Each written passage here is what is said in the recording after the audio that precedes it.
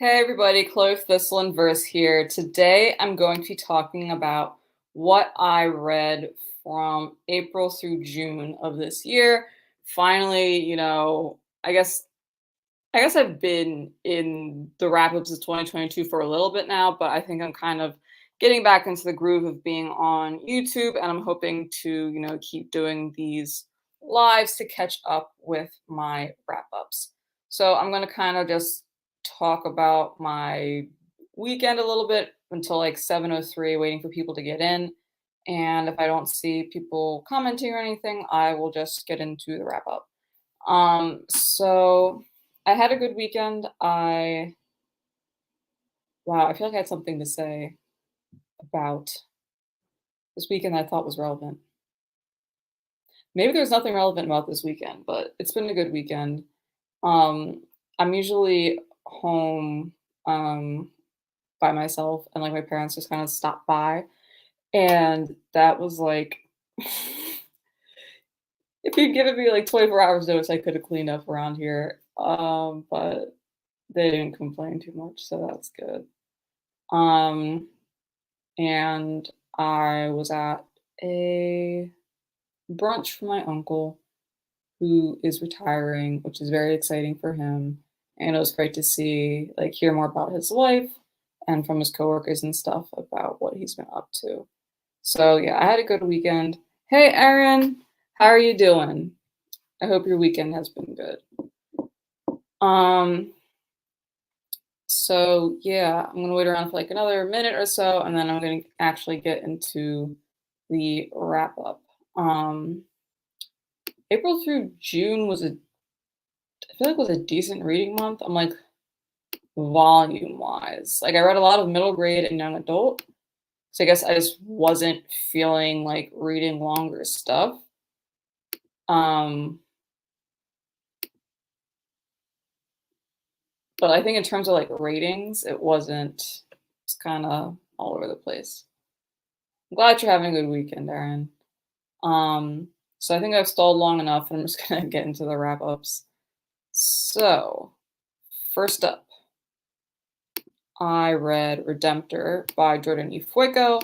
I really wasn't planning on reading the sequel to Ray Bear like back to back. I usually wait in between, but I thought I thought I was gonna be reading this like around the same time as someone else. I was like, okay, let me like get myself together and actually get through this book so I could talk about it in like a timely manner. And then I ended up finishing the book before the other person. Um, so lesson learned, I guess, just read at your own pace. Hey, Emma Ray, thanks for coming by. And Aaron, I'm gonna just read these comments real quick, then I'll get back to the wrap up. Reading slump in April and May. Yeah, I've been kind of slumpy all year, truthfully, but it's been kind of nice. I've just been doing other stuff. Um, So in terms of like Ray Bear and Redemptor, I don't know if I said this last time when I was talking about Ray Bear, but like the books themselves are very pretty. Like the cover illustrations are beautiful. It's like on the front and then on like the back. Like if you were to like take the book and like, kind of okay, imagine the book's closed like this, and I was to like these are the covers, my hands. I was to open it like that. It's like a full scene. Um, and there are like decoration, like textile like decorations on like the chapter pages and stuff. And so it's just a very pretty book in general. I don't know if I like mentioned that last time, but I really enjoyed that part. So I feel like the world is so, I guess, sensory, and there's like a lot of details about people's clothes and the different cultures. So I thought that including that made sense. And really, it was just nice to see because I feel like it. I don't know what the special editions for Ray has look like, but I feel like sometimes um, Black SFF, like the special editions, can be like not great. And so this wasn't a special edition; it was just nice to see so much attention to like the binding of the book. Um, so this one happens. This is a sequel to Ray Bear, as I kind of mentioned already, and it happens right after Ray Bear. So in this one, without getting into too many details about the previous book, Tarisai has to form a council um, kind of similar to the emperors, with people, one person from each of the countries um, in this empire to satisfy the demands of these like little underworld people whose names I'm forgetting. I feel like they're the Obanji. Um, I don't. I feel like it was them. I don't think there was too much about like traditional, I guess, lore there. They're just kind of these like underworld creatures that like pop up and torment Tarisai. Um, but that's the demand they make, and so she's spending this book trying to fulfill this demand. She's gonna have to go to the underworld to like after she's assembled this council and talk to them.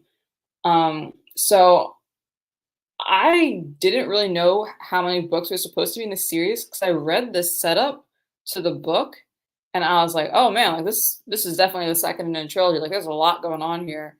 And then I like looked it up and I was like, oh, this is actually the second in a duology.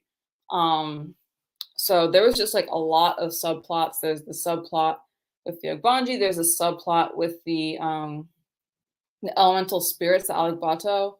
Uh there's a subplot with Tarsai assembling this council, and I feel like there's like even more. Like there's like this intrigue with one of the council members in particular, and there was just like so much action in it that it felt like the satisfying payoff was a little. I just didn't think it was super satisfying in that way. So the whole story is really building up to a visit to the underworld. Like that's like the main conflict. And we don't get to spend a whole lot of time there because there's just so many other things going on. And honestly, there's like so much interesting stuff about the underworld. Like, um, like there's like this river that like will drag at people who enter it. There are all these people trying to like lead people who go down there astray. There are these animals that represent deaths that have not been previously described in the book, which I was like, that makes a lot of sense. Because I was like, in the first book where there's like, I forget however many council members are, I think it's like 10. I was like, I feel like there's more than 10 ways to die. And so in this book, they're like, yeah. And, they hide down here in the underworld. So I thought that was all really cool. I thought it could have been very hair raising, like in particular, like a game of cat and mouse with some of these deaths. But we get to the underworld so late in the story, we don't spend much time there. And I feel like a lot of these very interesting elements get skated over. Like if you go to the underworld and emerge, you get like this like spiritual animal companion. Um, so there's just like so much. I felt like that could have been like, half the book, if not more. Um, and that just wasn't the case. I also felt like so I think that Ifueko's descriptions of food, clothing, and landscapes, they're still stellar. I feel like the writing is still there, but I thought one of the strong points of the previous book was the relationships between the characters, between Tarisai and the lady, Tarisai and all the different members of the council. And because there's so much going on in this book, I felt like a lot of the like slower relationship building moments kind of got there just wasn't a chance for them. In particular, there's like one person who's added to the council who it's really built up that she has a lot of animosity towards Tarisai, and Tarisai like really wants this person to like her. And it felt like it felt like that whole character development, she was like built up to be something that ultimately like wasn't super important to the story. I felt like there's like so much buildup around this character, and then she ends up not doing much of anything really, which was disappointing because I thought that Tarisai and this character had like very different views of the world and people and how to lead. And I thought that seeing more of them together could have been really interesting story wise, but that I guess there just wasn't time. Um, in terms of what also worked for me, I think that the pacing of Tarsai's introduction to the council was like quick, but I thought that made sense. Like I felt like we got chances for like these cute small moments to like kind of know like what her relationship was with each person, not spending too much time with all of them because ultimately, it's like a whole other cast of 10 characters. Like, we're not super concerned about them. We really care most about the original cast. So I thought that was well done. Um, so I still really enjoyed the book, but I wanted more from it considering like how solid Raybear was, like all this like great setup. Um, I felt like the payoff was kind of lacking for some of that. Um, Tari's side does explore a little bit more of her relationship with Lady in this book, but again, there's just like not a lot of time. It felt like for stuff like that. It felt like hmm, there's a lot of like building up tension throughout this book, and I don't know. I just felt like some of the subplots needed to disappear. I feel like the Olive Bato subplot, I don't know if it really added much. Like, I really thought this book should have just been about Tarisai and her journey to the underworld. I felt like she really should have been in the underworld for more of the book. Um, Anything else I want to say about this? For me, it was also a little, I guess, weird that the Obanji are just like these evil characters who are tormenting Tarisai. Like, in the previous book, they've been like dragging humans down, and like you don't usually see them again. Like they take them to the underworld, and they're just never seen or heard from again. It's kind of, I guess, implied that they've been like eating them or consuming them somehow, or possibly enslaving them. And it was just kind of odd to me that they're like so important to the story and so powerful, and like that was kind of it in terms of like the development of like what they wanted and why. Like, I felt like the Olive Bato were very interesting to me because they're very powerful, and also they have kind of complicated histories and motivations. And I think there have been other antagonists in the story who have been kind of like quick villain type characters, but they're also like more minor. I feel like I wanted more from like the major bad guys of this book. So it was a solid book. I enjoyed it. And I think it built on the world and added interesting things. I just wish that the pacing had focused more on certain parts of the story than it was able to.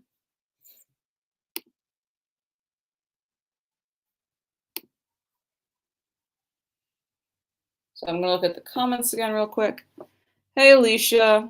Erin says, still need to read this series. I really enjoyed it. I would recommend it. Um, I feel like it moves pretty quick. Like this one was a little slower for me, just because of all the things I discussed here. But like, I feel like it's a pretty engrossing read and it's pretty quick to get through. I usually ask a question in between these. I think my question is gonna be, what's your favorite underworld in a book you read?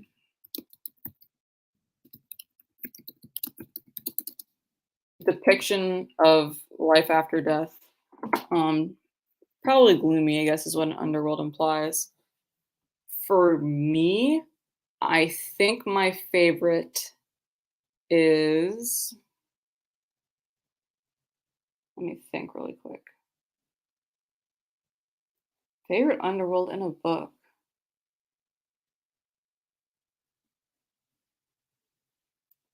This is bad. I can't think of one. The underworld that I keep thinking of is the one from Super Paper Mario, the video game. Um, and I don't even know why, because it's been so long since I played that game. I just remember the music was really creepy and haunting. It was a very gloomy place. But it's also just I really loved that game. It was very fun to play. I'm trying to remember if I've read a lot of books with characters going to an underworld. Um, hmm. I guess a very literal underworld I liked was what was it, Gregor and the Underlanders by Suzanne Collins. It's basically like a giant sewer system that this kid gets sucked into. And they're like these huge rats and like lizards and stuff that can talk. Um, so it's not dead people, but it's like a very gross, creepy cave looking thing. I think that's all I'm gonna say for that. I haven't heard of the Wicked Villain series. I'm gonna Google that really quick.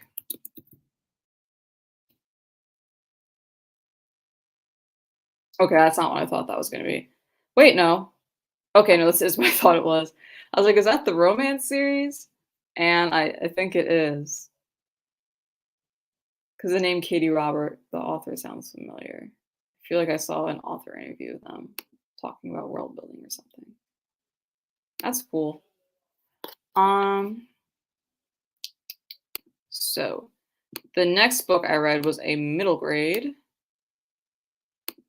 which was The Jumbie God's Revenge by Tracy Batiste, which was another sequel I wanted more from.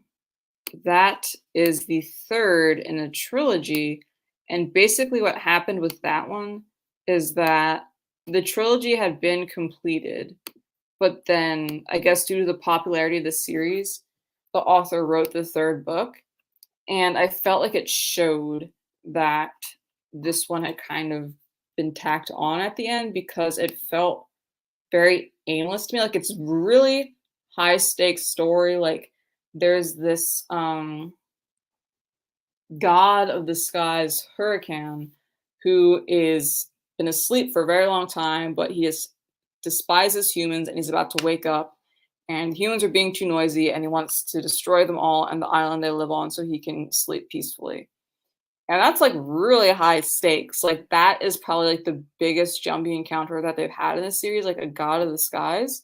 Um, but the book felt very aimless to me. Like, I don't think the plot really kicks off until about the halfway mark. Like, up until then, it's a lot of like things feel off, things are tense, there's these rains and stuff, but like it didn't feel like I really had a clear idea of like what the story was going to be about until like halfway into it. Um like, the writing is good, but it just felt like there was a lot of like stalling and like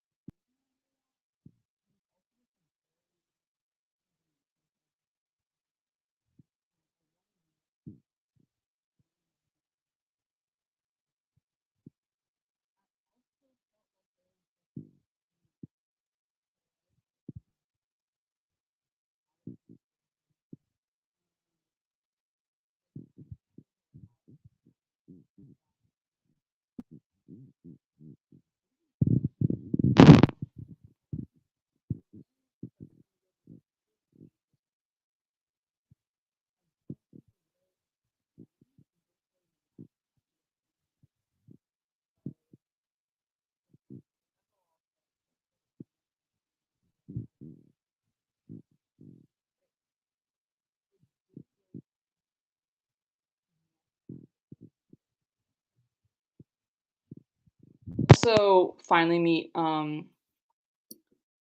Corinne has two friends, Buki and Malik, who had been homeless at one point, and then they got adopted. And we meet their blood family in this book, and they're acting like really, really weird and very suspicious. And it's just like not really like addressed. Like, I'm like, this feels like really off. Like, what's going on here? And it's just kind of like, I don't know, I guess played as Corinne being kind of, I guess, insecure that her friends might maybe leave the village to go back to be with her blood family.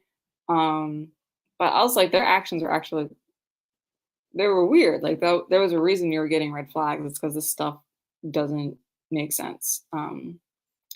So it wasn't big on that. I just felt like this was a series I really loved, and I felt like there were just more enjoyable ways for Corinne to spend time with her friends for this final book. Um, and it just felt like a lot of like padding and like retreading old ground. Like, the main emotional conflict in this book is that some of the townspeople are alienating Corinne, which is like very similar to the setup of the second book. So it just felt like not a lot of new stuff was happening, unfortunately. Um, there was some cool bits in this book where um, I guess there were like connections to the previous book in the series. Like in the book before this one, Corinne spends a lot of time underwater, and so she gets like very familiar with like water currents and like manipulating and moving through those. And then in this book, because the Jumbie god, Hurricane, rules the skies, she spends some time navigating the skies, and she kind of transfers her knowledge of the water to the air, which was like an interesting touch. I thought that was cool, but all in all, I was disappointed by this book. I just felt like there wasn't much happening. But I feel like the previous 2 books kind of stand on their own. I feel like if you read the previous 2 books in the series and you just stop, you don't miss out on anything. Like there wasn't really, because this book wasn't planned to happen, it's not like you like end on a cliffhanger if you read those 2 books, which I think are both phenomenal, and then just don't continue any further with the series. Oh no. Okay. I'm just seeing that my mic is not working. That's not great because I'm not muted.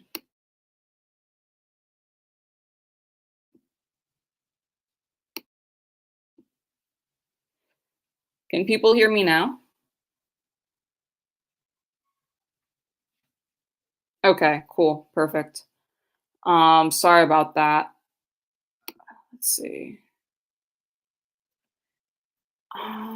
Where did I cut out? Around.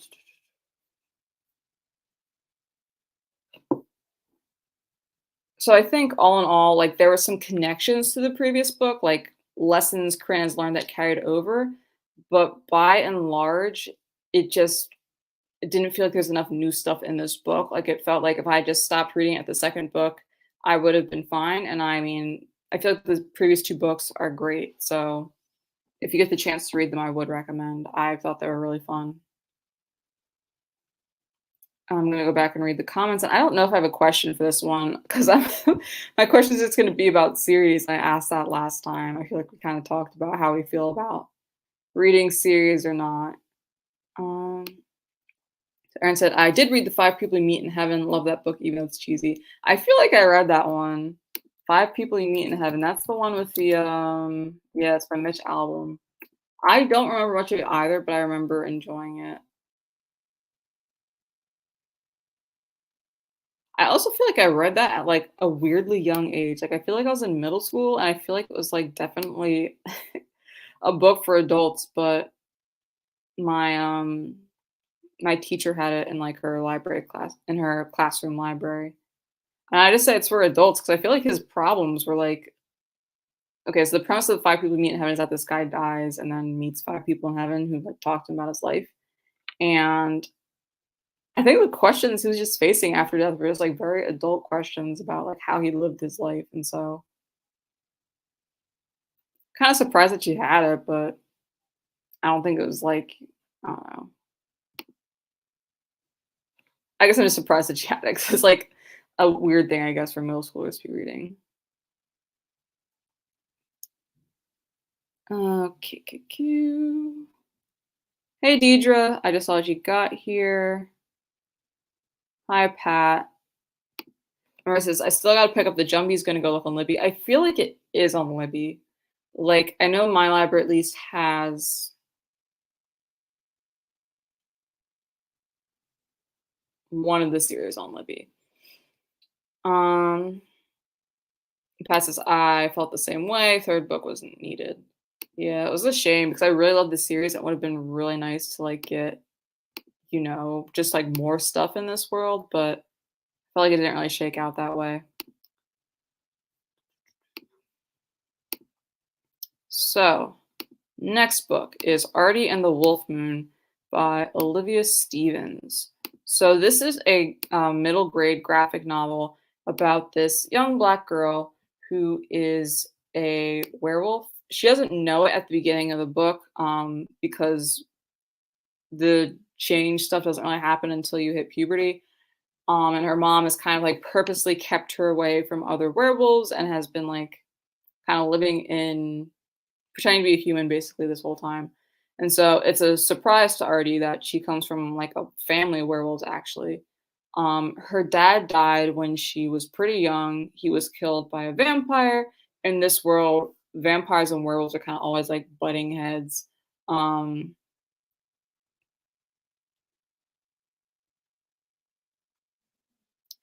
I'm trying to remember the exact lore around why the vampires exist, but I know for the werewolves, they're pretty much all black. Like,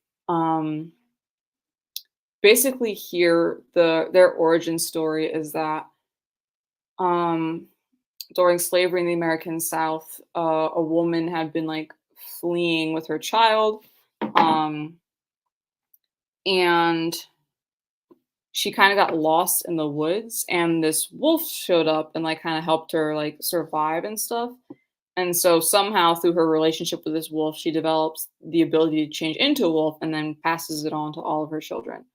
Um, and so the werewolves kind of have like their own little town, their own like enclaves, and the vampires, I think in the book are all white, but I don't know if there's like a origin story for them. Um, because they don't have to be, but with the way the vampires work is that they can be killed, I think, through like stakes to the heart or beheading.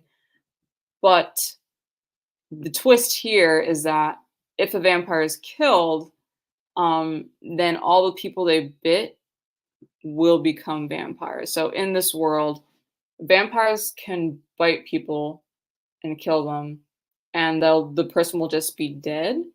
Um, but the person will just be dead. But then once the vampire who bit them is killed, then they all like rise from the dead and become vampires. So basically, it's like cutting off the what is it, the Hydra head? Like you cut one off, and like a bajillion more pop back up. So when the werewolves are fighting the vampires, I really do not want to kill them. They pretty much have to try and imprison them indefinitely. And during like one of their standoffs, vampires killed Artie's dad, and she doesn't know it until the events of this book. But this is about her learning about like family secrets and I guess dealing with the death of her father. And yeah, I think that's the main part of it. Um, I thought this was a great story. It was a lot of fun. I really liked the twist on like the vampire and werewolf lore here, and I really liked especially the twist for the vampires because I really liked how it changed like the stakes of the fight scenes. No pun intended. Um, I really liked also just like the how people had to process grief and stuff. Like they couldn't, even when the werewolves were like had been attacked by the vampires that try and defend themselves, they have to be really careful not to kill any vampires so that like they don't have just more of a problem to deal with. And also just like the emotional impact of being like, but if I kill you, I will see my husband again, maybe if he comes back. And also being like, I don't want to see him as a vampire though. I thought it introduced like a lot of drama and angst, and I thought it was a really good storytelling maneuver. I really like the focus on family in this book. Like, there's a lot of stuff about Artie and her mom, and then Artie and like the family that her mother turned away from, and talking about like navigating, I guess, tough conversations and also fallouts. Um, because Artie's dad is a human, and so it was kind of like a thing that her mom married him. Like eventually he was accepted into the family, but there were definitely still people who like up until the father's death were like not sure how they felt about him. Like would he tell their secrets? Was he trustworthy? Was he going to be like a liability in these skirmishes with vampires? Um, so I really liked like the that the emotional heart of the story is about people's relationships with each other, and how complicated family can be. And I really liked the art style. Like, there's a lot of reds in this book.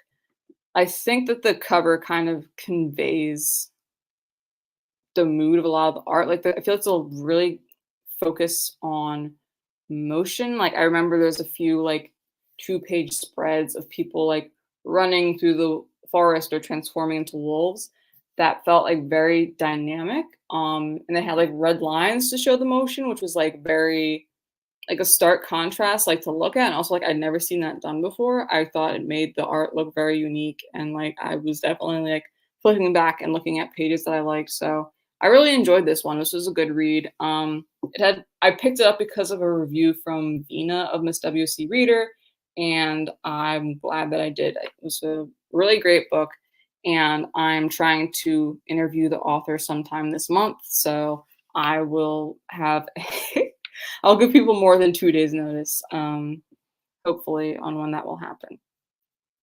So I'm curious, what is your favorite werewolf story? Um, for me, I think the one that's most nostalgic for me is like Blood and Chocolate. I forget who it's by, but it's kind of like a paranormal. Um, I don't know if it can really be called a romance. About this like high school girl who is a werewolf. She's known she's a werewolf. She's known that her whole life, and she considers dating this human guy. Um, there's a lot of things that don't hold up in terms of like the relationship dynamics. Like a lot of the stuff is like this isn't like a great romantic relationship. Probably shouldn't be in a book for teenagers who are very impressionable or like not super experienced about some of this stuff.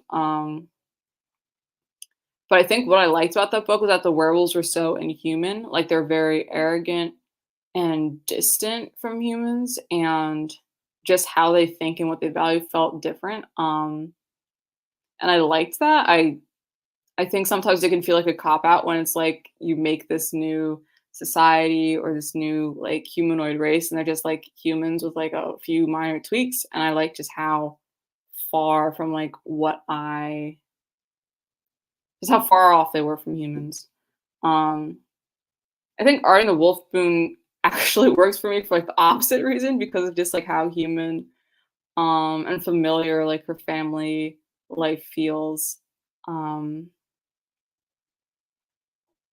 which is kind of ironic, I guess. So yeah, I'd be interested what your favorite werewolf stories are. Aaron says, usually I've never heard of the books you read, but I've actually heard of these so far. Yeah. There might be a few that are a little bit more of a stretch, but I feel like that month, this was like kind of like the greatest hits type month. I was reading more traditionally published stuff, I feel like. I get most of my books from the library, a lot of it's traditionally published. But I guess in terms of YA, at least I am reading more of that this month. And that is something that is a little bit more popular on BookTube. I'm not seeing any comments, so I'm just gonna queue up the next one. Um,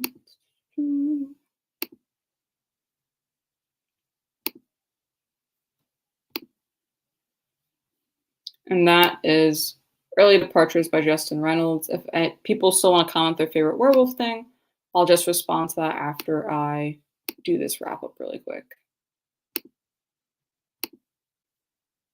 So, Early Departures is a young adult sci-fi about this teenager, Jamal, who has his best friend Quincy. They've been friends since childhood, and they had a falling out around the time that Jamal's parents died. He blames their deaths. They died in a car accident, and he blames their death on Quincy, and it's kind of like a reveal, I guess, on why that is. Um, so they had this falling out. Randomly they kind of meet up at a party, and then Quincy ends up drowning at this party. Um, and it's revealed that there is this like mysterious center that's been working on this like medical treatment that can temporarily reanimate dead people. The idea is that with the extra time, like about a month, they could, check off any items on their, I guess, the to-do list, kind of make those like last minute amends with people. People could have like loved ones could have a final farewell that maybe they wouldn't have had otherwise if the person died in an accident. And it's about Jamal kind of figuring out, I guess, how he wants to handle this new development and like what repairing this relationship looks like to him. Um, so this one is a heartfelt, like very quick read. Like it's funny because it's like a really chunky book. It's like this thick, but just because of the format, like there's a lot of paragraph breaks. The chapters are like very short, like maybe like 5 pages or so. Um, it just goes by really fast. Um, so the sci-fi elements here sound like kind of out of left field in like the synopsis and the way to describe it, but like basically in this world, this like resurrection technology is kind of like I guess cloning technology in ours. Like people know that there are trials happening and that in theory this is something that's coming down the line, but like the fact that it's like available and offered to someone he knows that Jamal knows is like shocking. Um and other pretty much every other aspect this book reads like a contemporary, which was like a little bit of a letdown for me because I felt like I kind of needed to feel like that it needed to be introduced a little earlier what this like world's relationship was to this technology because to me it seemed like people were like not nonplussed about it, but like they seemed like more accepting of it than I would expect. I kind of forgot that like this is something that's kind of like been on the horizon for them as a possibility for a while. I just kind of wanted that introduced a little bit earlier, so it's easy for me to wrap my head around and like keep in mind with how people are reacting to stuff. Um, so this is a book that felt like a lot more contemporary to me than sci-fi. I kind of wanted a little bit more from the sci-fi elements, but also like Jamal and Quincy's friendship is the core of this story, and I think that that's not like a bad thing. Like I felt like it was a very heartwarming, sometimes sappy story. I was gonna say one other thing about the sci-fi elements, and it's slipping from my mind. Um, this one has like this. I'm used to sci-fi that's like more dystopian or like pessimistic about what technology can do, and it was interesting that this book was so optimistic. I feel like I kept waiting for something to happen with the center, like some like weird like because throughout this book, Jamal is wondering why was my friend chosen? Like my friend is not wealthy, he's not powerful, he's not influential. Like there's so many people that this technology could be used on. Why was my friend chosen? Um, and for a while, I was so sure there's like some like dirty secret about what the center is really up to. And the reason why Quincy is chosen is like fairly possibly misguided, but like pretty innocent. Um, And it was just interesting for me to read a sci-fi book that was, like, so optimistic about what technology could do for humanity because I feel like that's really not the case in a lot of the sci-fi that I read. Um, and I think for me, I guess what I mean in terms of, like, this felt very contemporary, like, it almost felt like the sci-fi elements were not necessary. Like, it felt like if Quincy had found out that he had, like, a chronic illness and he was gonna die, um like, very soon. I feel like this would have been a very similar story. Um, I wasn't sure if, like, the sci-fi elements added more, like, thematic layers to it. But in terms of Jamal and Quincy's friendship, there's a lot of banter, there's a lot of angst, there's a lot to enjoy about this, like, very thoughtful story about death and reconciliation. I think there's also a lot of questions about, like, what do we owe people? So Quincy's back, um, and Jamal feels like he needs to tell Quincy, you've only got a month to live before you die again. And Quincy's mom is like dead set on not telling him a thing. Like she's like, he's going to school, we're pretending this is all normal. Like, I don't want my son to have that burden, blah, blah, blah. And Jamal's like, I don't know if that's really the right move to make. Um, and I mean, I was very with Jamal on that one. Like personally, if I found out I had a month left to live and people didn't tell me and I just like kept going to work, like clocking in my 9 to 5, I would be upset. Like that's not what I would want to do with my last month on Earth. Um, and there's also questions about how Jamal, had this falling out with Quincy in the first place and how he handles his relationships and possibly treats people as expendable. Um, he has a girlfriend who he's been kind of holding at a distance because he has a lot of like misplaced anger and also like some fear that he's like not, I wouldn't say the fear is misplaced, but he's just like not handling it well. Um and she's like pretty blunt with him about like what needs to change and like what's holding their relationship back. And it's about, so like there's that element as well of him like, working through this stuff with Quincy, working through the stuff about like what this means about how his parents died and this falling out that he had with Quincy as a result, working through like that effect on his relationship with his older sister, who is now his sole guardian, working through that his relationship with his girlfriend. Um, and so this was like a very sweet and funny story, and I enjoyed it a lot. And so, I guess my question would be, what do you think of like this technology? Like, if you could use this technology, would you?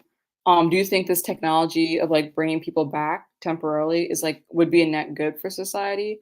Um, or do you think it could be abused in some way, or do you think it's like fairly innocent? I'm curious what people felt about that.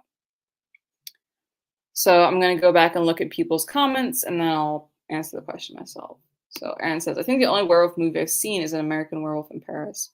I I don't think I've seen or heard of that one. I'm trying to think of werewolf movies I've seen. I don't think I saw a whole lot. I grew up during like the vampire craze, so it was all vampires all the time, and like the werewolves were kind of like a little like on the side, like an addition. It was kind of rare for me to see like big franchises where it was like starring a werewolf. Um, I feel like I always liked shapeshifters, so I kind of like drifted over to werewolves, and also like I was just tired of the vampires. It felt oversaturated, so that's also why I drifted to werewolves. But yeah, I cannot name a movie. I don't know why that is. It's embarrassing. Um, okay. I mean, I didn't really give people a lot of notice, so I'm expecting people to have triple in whenever. Aaron says the government would obviously abuse it. Like, I'm kind of wondering what abusing it would look like, though. Like, would they maybe like I could see people like maybe like I could see it being very expensive and not easy for anyone to access. Um, I could see. Hmm.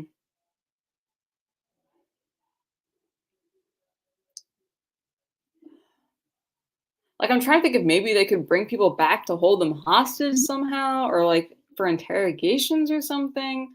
Um, mm, maybe for interrogations, but hmm. Like for me, I just don't know if that's something I would ever use. Like maybe like in like just like the moment, where I'm just like hurting and like sad and mourning this person, maybe I would like do it out of like desperation.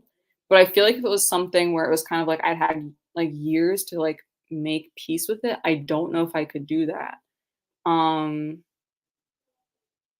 yeah, like I don't know. Like that's just like such a responsibility. I think once like the person you're bringing back, like you have to like introduce the idea to them like, oh hey, you're back from the dead, one, which like you might not have even known was like a possibility when you were alive. So like that's a lot to wrap your head around. And then two, Like, this is temporary, like, you're going to die again, like, very soon. Um, and, hmm, yeah, I don't know if it would bring me closure, honestly. Like, I feel like it would be worse. I feel like it would be like picking at a scab for me. Um, I feel like it would be something I would do, like, in the moment, and then I feel like I would ultimately regret it. Um, yeah, I feel like there'd be people bringing back, you know how, like, in those, like, ghost stories, like, the crime ghost stories where it's like, sometimes someone will, like, kill someone and, like, hire, like, who is it? Dang, the person who runs the seance, like, to talk to the dead, to, like, figure out, like, like, the code to the safe or, like, where's the will or stuff like that. I could see it being abused for that. Um, but in general, I haven't really just thought a lot about, like, what that would entail, and how it would, like, change stuff. Um, yeah. Alicia said, "Could be interesting to know, but then it could open a whole other can of worms." Yeah, hmm. Like, in the book also, like, the 30 like, the month isn't definite, like, this is still an experimental technology that's being honed, so, like, it could be, like, a week, it could be, like, a month is really, like, the most time you would get. So there's that. I think they said that the death is, like, fairly painless, I think the person just kinda, like, collapses, like, it's not really, like, a prolonged thing. Um But yeah, I don't know if the book mentioned if there's, like, a limit on how many times you can bring people back. Like, there was a limit, I think, on memory, like, I think, like, the more, like, abrupt and traumatic the death was, like, they kinda had to push the memory back a little bit more, so, like, people were, like, I guess, able to be brought back for whatever reason, like, because, like, Quincy drowned, there was, like, they're just like, "We can't bring him back, like, right when we drowned, we have to, like, take it back, like, maybe, like, a month or so, to have this technology work." Um, so I'm wondering if there's maybe a thing that would be abused is that people, like, bring people back repeatedly, who don't wanna be brought back. Um, that's really grim. That's a ve it's a very dystopian take on it. Kay says, "Only werewolf movies I've seen are Never Cry Werewolf." That one with Michael J. Fox and Werewolves Within. Okay, so I need to look up the posters for all these because I haven't seen one. So A Werewolf in Paris.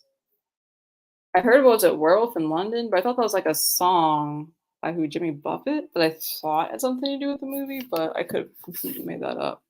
I don't follow Jimmy Buffett like that. This is interesting. I'm looking at American Werewolf in Paris and like the cover art, I recall it, the poster art looks great. And the graphics just look like very questionable. Like, mm. Like, I feel like this is one of those things, like, when you watch Jumanji as a kid and you're like, "Oh my gosh, this is terrifying," and, like, you watch Jumanji as an adult and you're like, "That alligator does not look real at all." Like, I don't know if I could suspend my disbelief enough to watch an American Werewolf in Paris at this point in my life. Let me see. Never Cry Werewolf is the other one someone mentioned. Never Cry Werewolf. You know what? Let me share my screen so people can see what I'm looking at and see if they have opinions as well.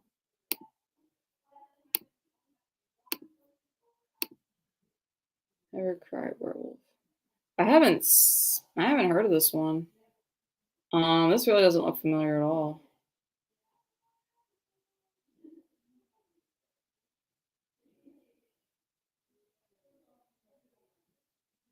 I guess it's like a creature feature type deal. And Werewolves Within.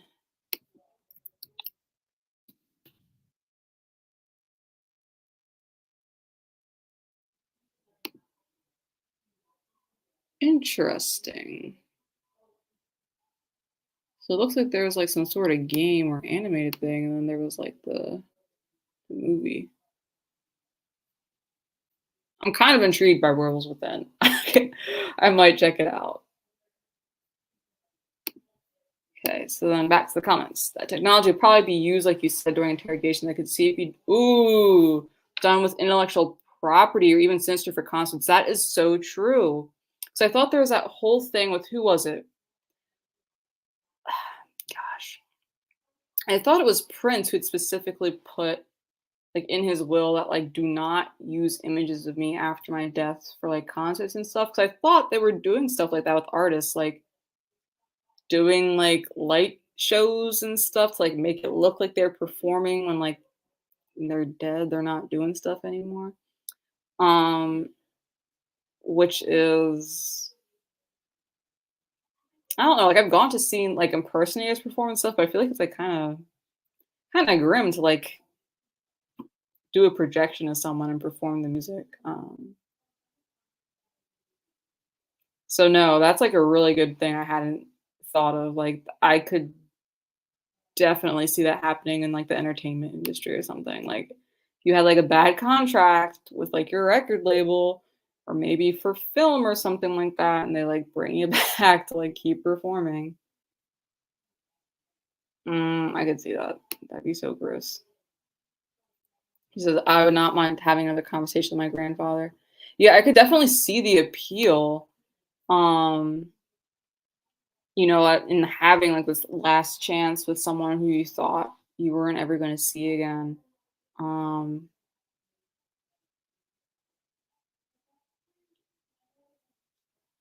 I don't know. I don't know. It's a lot to think about. On the TV show Moonhaven, the Lunars, moon colony people, are able to speak to the recently dead via the AI called Ios. Interesting to watch. I didn't heard of that one. Moonhaven. To me, this concept was like very interesting for early departures because I hadn't really heard of like basically like a sci-fi twist on necromancy. Like to me, bring people back from the dead was like a very fantasy concept, but it was really interesting to see like a technological take on it. And I mean, I guess like we're not too far from that now. Like we're headed down that road.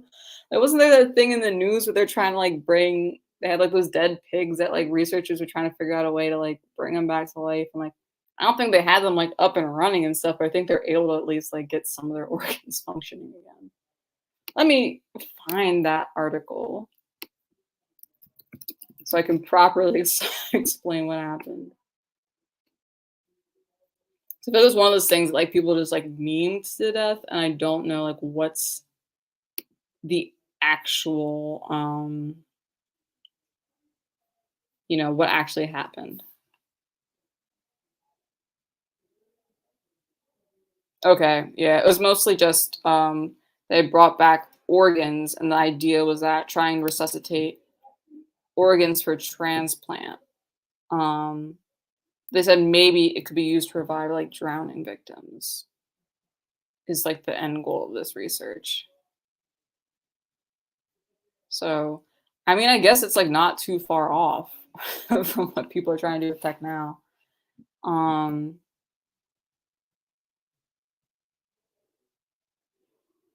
hmm. Maybe I'm just like too superstitious for that too.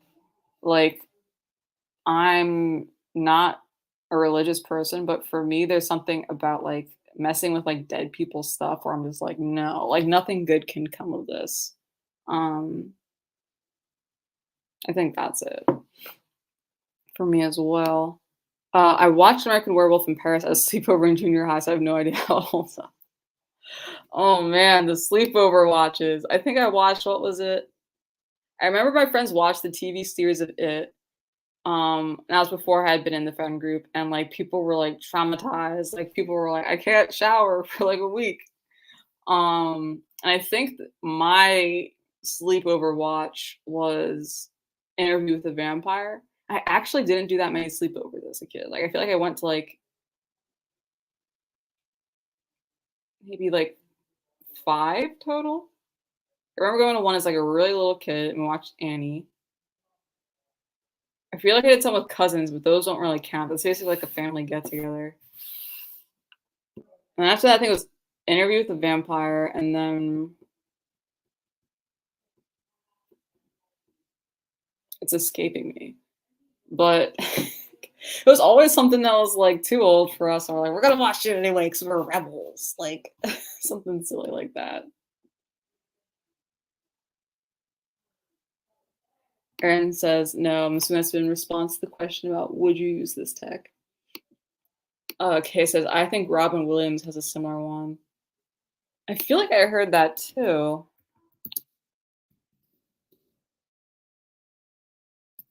I mean, I feel like at least from like the perspective of like a loved one. Hmm. Interesting.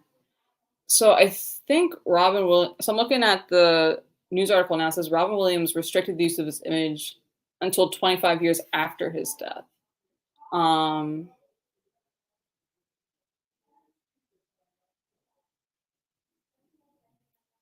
which is interesting. Because I was thinking also like from the perspective of like loved ones of these celebrities. Like I I don't know how it would feel to see someone I love who is dead like still like in ads or like in these holograph things. Like what's going on with that? Like, I don't know how the payment works, like, if the family still gets paid from this stuff, but, like, even so, um, I don't think I would be on board with something like that.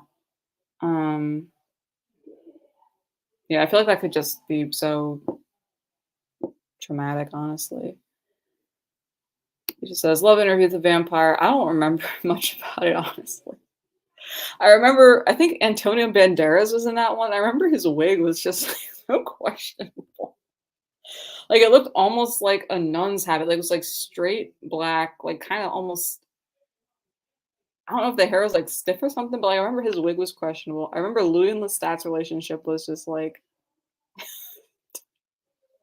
it was very entertaining to watch as a kid. Um, and I think who was their kid in that one? It was an actress who played, Mary Jane in one of the later Spider-Mans. Um, Kirsten Dunst. Um Yeah, I remember her being really good in that movie, but yeah, I haven't watched it since to see what I think of it. And since my parents were very protective, so I could only go to sleepover at houses that were no where there were no men, single moms without boyfriends. Got it. I don't know if my parents were really that. Yeah, I don't know if there was a reason why I didn't do the sleepover thing. I just feel like I just wasn't invited to them very frequently.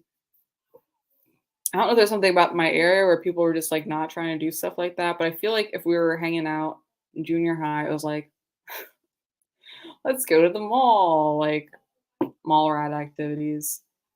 Um,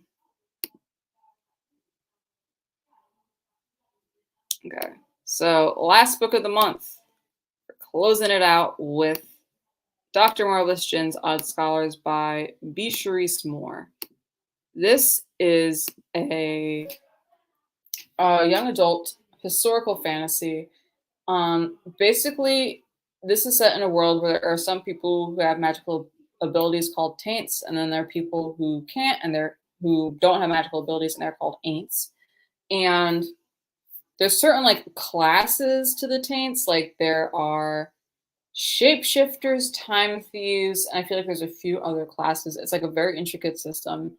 And there is this one woman named Dr. Marvellous Djinn who is a taint, but it's kind of like a lot of mystery around like exactly which one she is. And like it's kind of important because there's like hierarchies in terms of, like which class of taint you are. And there's like a history and like political like I guess strife around those identities.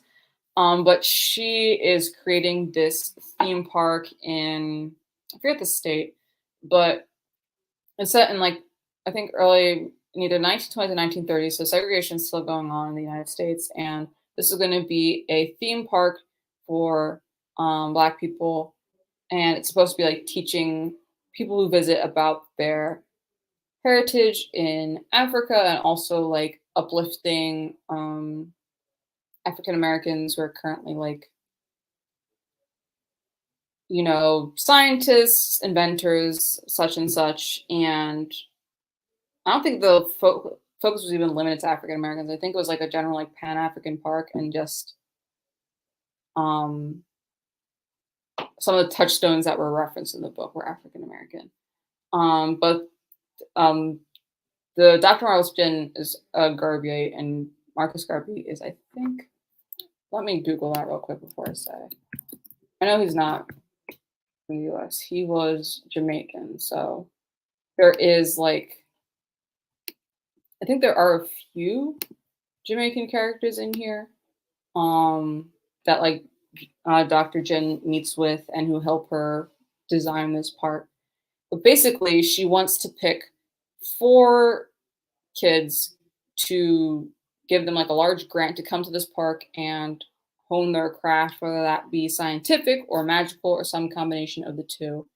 And so 4 kids win. I don't remember all their names, but one is an inventor, one, I think 2 of them were actually inventors, and then one was a taint who like made this like really intricate crystal ball using like different relics from slavery, like chains or pieces of hair, things like that. And then one of them was a kind of like a carny, like he was a strong man, like he would win like arm wrestling competitions and stuff like that. And they come to the park, and Dr. Djinn is like nowhere to be found, and they're very confused. They're like, "Why are we here?" They have a tour guide who's showing them around places, but the whole time they're kind of trying to figure out like, okay, what are we supposed to be doing to like show, I deserve, the scholarship, or like what I'm going to do with the scholarship. Um, and my favorite parts of the book were the descriptions of the park. Like I really liked, there's a menagerie that they go through with like different mythological creatures. Like a lot of them are kind of like monstrous and like out to get the kids. There is this like train station used for time travel called the and there's these trains called the Now and Then trains, which I thought was like really whimsical and fun. And then there's like this place was actually like very eerie, like very stark contrast to every other part of the park, called the Haunted Obelisk, where like basically the tortured souls of like past slave owners were like trapped in this obelisk, and slave traders. And you kind of like see how they died, and then they like reform and they die again. It's like very grim and like scary. And I thought that in general, the park had like a really good mix of like whimsy and also menace that made it very memorable. Um, we also get like in-depth descriptions of the trials where the kids are chosen, which had like a fun sense of atmosphere and mystery, because there's like a lot of like hearsay and like gossip about like who is Dr. Marvellus Djinn. Like I heard that she had been like lynched, years ago, but obviously she's still alive, she's still walking around. Like what happened? Um, so like I thought like the parts like building up the tension were like really solid, but I think the conclusion felt a little flat for me. Um, so I wasn't sure. So at the end, it's revealed why Dr. Djinn was in hiding. And like I was trying to follow like the logic behind why she was hiding. And it felt like kind of manipulative to the kids. Um, and the final resolution felt forced for me. Like it involved revealing information to like these very powerful taints. Um, that I thought they would have already knew. Like it's some information that the character is new to the kids, because they go to this like time traveler port, and they've never been to one before. But it's like information that they find out within like 5 minutes of them being there. So to me, I was kind of like, why is this new information to know these very well versed time travelers? Um, and also the magic system I thought could have been integrated into the story better. Like it's very technical, it's very intricate, but I felt like it got introduced kind of later in the story. and it didn't get a lot of page time, so it felt like very info dumpy. And it was very difficult for me to like retain all the different parts of the like taint history and the orders and the classes and stuff. And it's kind of important to the plot how they like operate and stuff. So that was a little um disappointing. And also, like of the characters there, most of them are ain'ts. So most of them don't have magical abilities. So really we only get the like taint world explained by the one character who's a taint. Um do I have any other things to say about the characters? Um the characters kind of pair off. Like people start developing crushes and stuff, and like, there's like the two people who always go off together whenever they need to search for evidence or whatever. And it was like funny to me, like which person was actually like the first one who had like all these people vying for her attention, so it wasn't who I thought it was gonna be. Um, there are some cute names in here. Like I remember there was a character who can see the future, and her name was Claire, like I guess short for clairvoyant, which I thought was a cute pun. There's a character in here who I thought was like a reference to Kendrick Lamar. Um, because like the taints who are time travelers kind of just like take stuff from like different times and like just use it whenever. And so based on the character's name and like I think he like had like they just described it as like some music from out of time that sounded like rap. I thought he was a reference to Kendrick Lamar. Um so kind of like fun like Easter eggs like that. Um but yeah, I don't know if the ending really worked for me. And I would give a content note for some like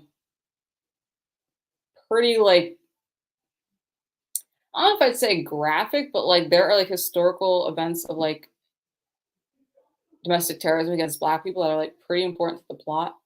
Um and we kind of get into detail about them. And it's like stuff that like would probably be familiar to most people reading it because like happened within our lifetime.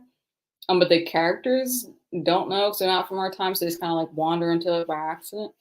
So I just give like a heads up about that because that could be like pretty heavy to read without any warning. So that was what I read this month.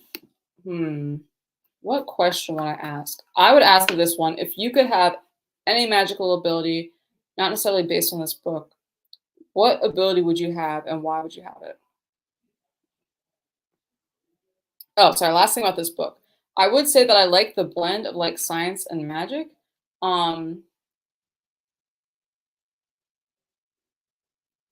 like even the characters who don't have magic, can look for like magical artifacts to incorporate into the science. And I just generally like when that stuff is blended, and I think it worked well for the story.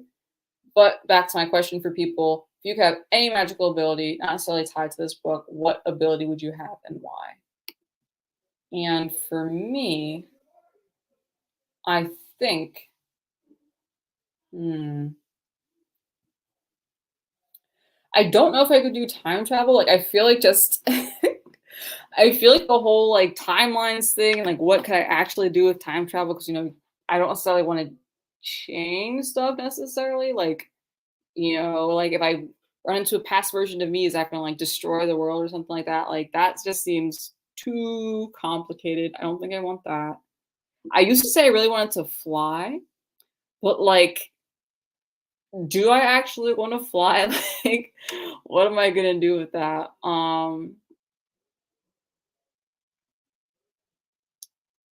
Like I'm trying to think like if I could fly, like where I would even go, because like I mean, if I could fly, like say I wanted to go on a trip, I want to like, fly there instead of driving or whatever. I would still have to like carry like everything I need to take with me.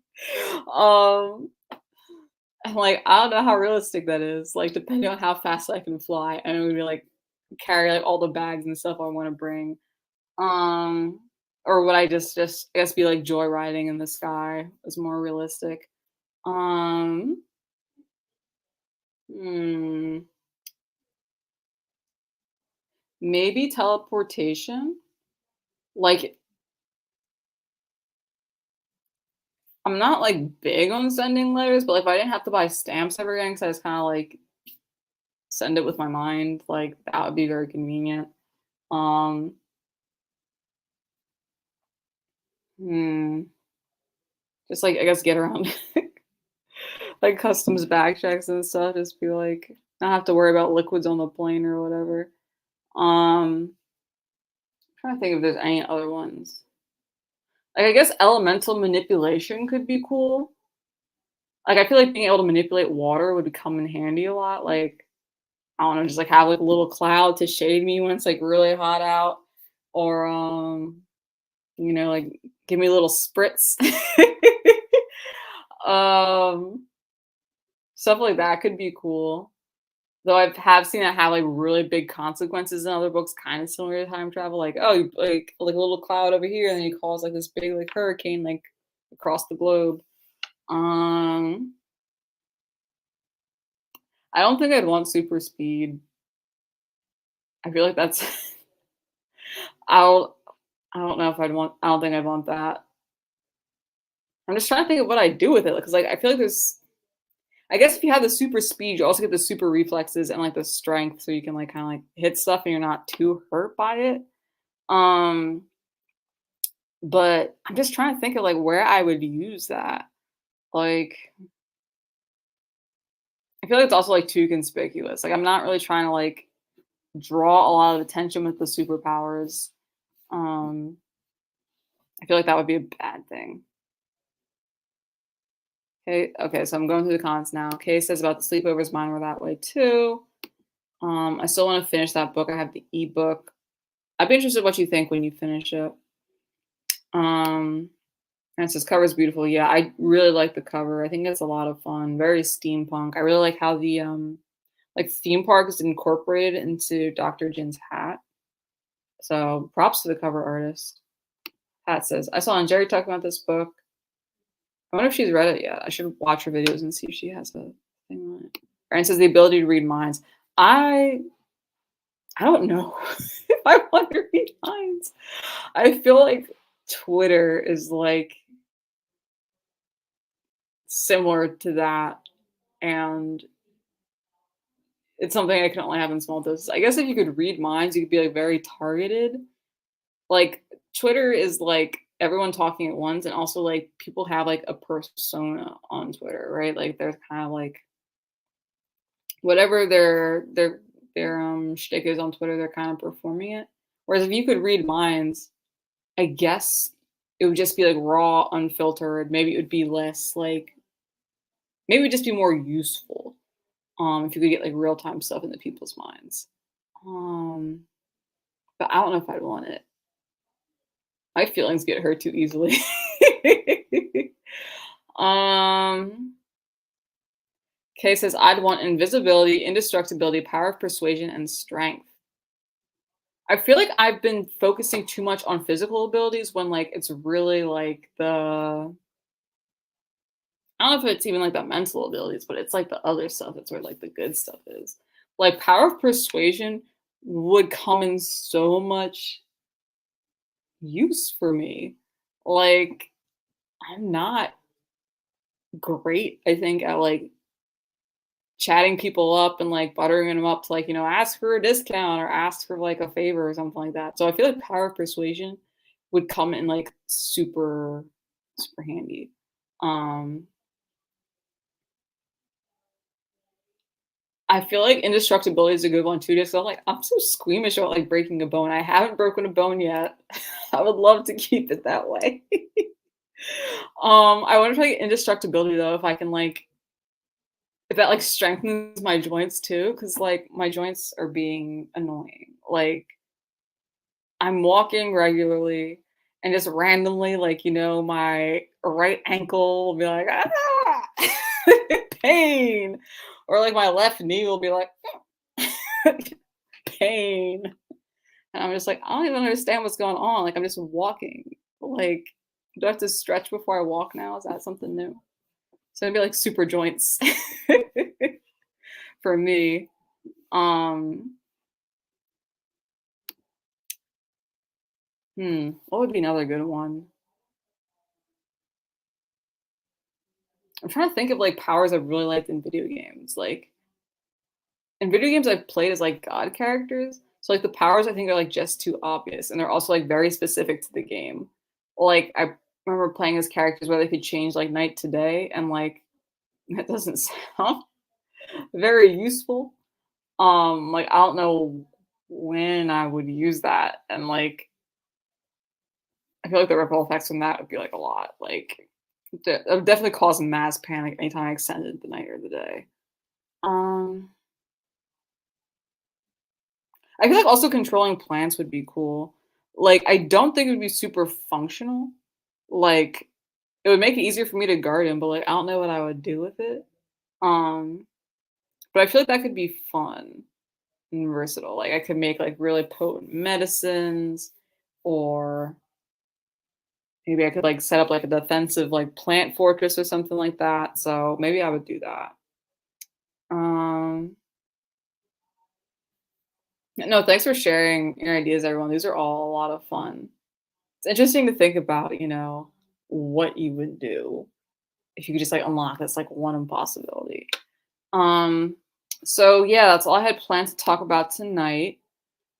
Thanks for watching, everybody. I am going to my next live is going to be the Olivia Stevens interview, which I'll have the date up sometime within this week. And yeah, thank you so much for coming out. I hope you have a good rest of your night, and an easy Monday and easy easing back into the work week. And yeah, take care, everyone. Have a good one. Goodbye.